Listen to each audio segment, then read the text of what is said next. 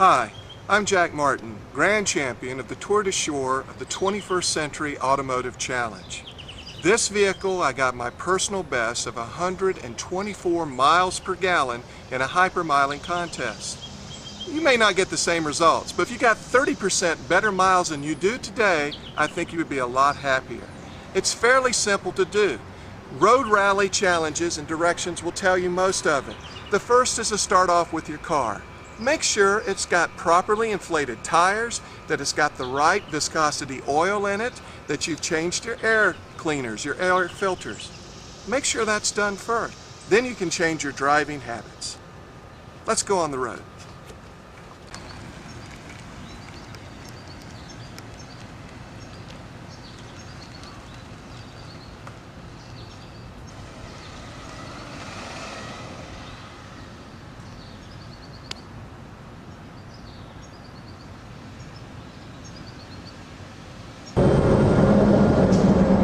Okay, we now have a nice big semi that is pretty heavily loaded going down the road. We're going to get behind him. Now, some people talk about drafting. I don't like drafting. I like to have enough space so I can figure out what might happen. But he's punching a hole in the air for me. But more important, if you don't have feedback, trucks under a full load will behave properly. They'll slow down going uphill and they'll speed up going downhill. And they get a very good mileage. If you mimic them by driving behind them, you'll do quite well. So that's what we're going to do here. Got plenty of room for vehicles to get in front of us, so we're giving a nice space here. And we're going down the road right now at the speed limit. We've slowed down a bit going over the hill. But, and we're pulling down. You don't get good mileage going uphill, but in just a second, our mileage will go bing. Going 64 miles per hour, and we're getting 150 miles per gallon right now.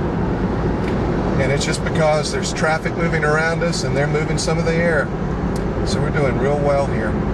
If you ever ride a bicycle, you remember as a child, if you've got pumped up tires, it's a lot easier to pedal.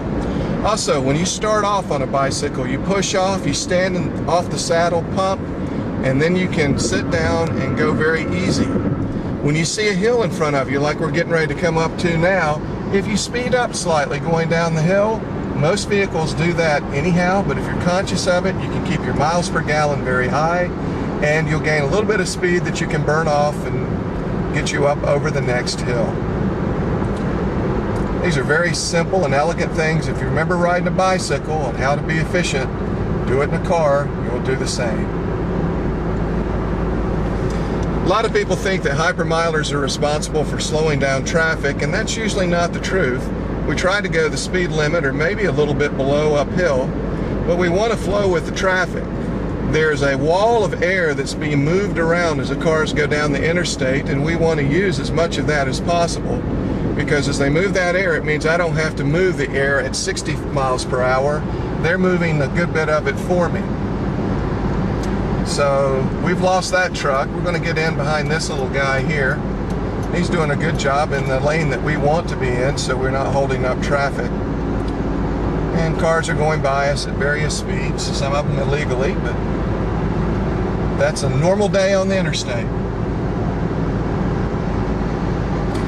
Cars on the highway, because they don't have opposing traffic and they don't have other concerns because it's limited access, you tend to do better on the highway with mileage. And here comes another big truck, and we just boosted up in our mileage just now, just because of the bow wave from him passing us.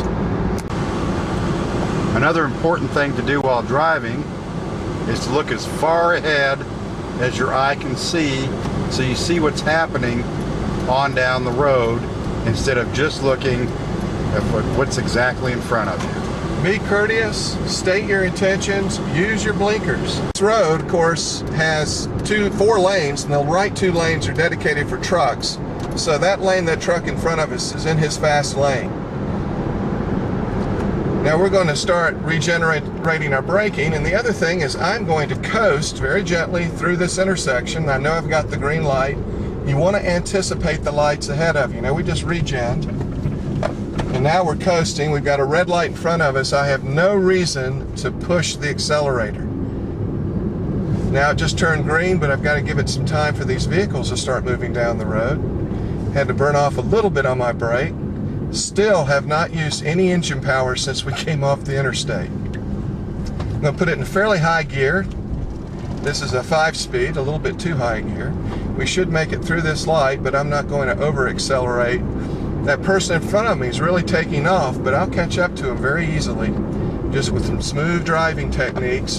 And of course, you never know what's going to happen in front of you, so give them plenty of space. One of the secrets to getting good mileage in any vehicle, if it's a straight drive, is to shift early. So we're already in 5th gear and we're starting to accelerate. That car is not getting too far ahead of us. There's not much traffic behind us. So we're doing quite well. We're accelerating downhill, still getting above 100 miles per gallon. And now we'll go down a little bit as we go up this hill. On hybrids, you do want, in most cases, to push it fairly hard when you're accelerating, and that'll engage the electrical drive to give you that extra push. We're getting close to our destination now. I've got a nice right turn. This is a small car. It's going to seem like we're going really fast through this curve.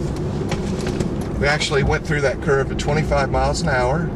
We'll give it a little bit of a boost here.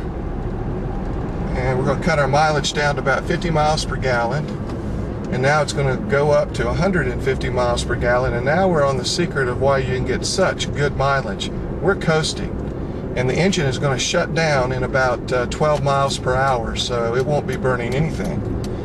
But this hybrid is set up with electric drive for the steering and also the braking, and so we'll just coast all the way down to our destination. If you know your road conditions and where you're going, you too can not burn any energy and get to certain parts of your destination, and you'll be getting phenomenal mileage as you do that. Another smart thing to do is try to park in the shade. Reduces your need for air conditioning, and we're here. And the motor's not running, and we got very good mileage just now, and we didn't hold anybody up. Saving money.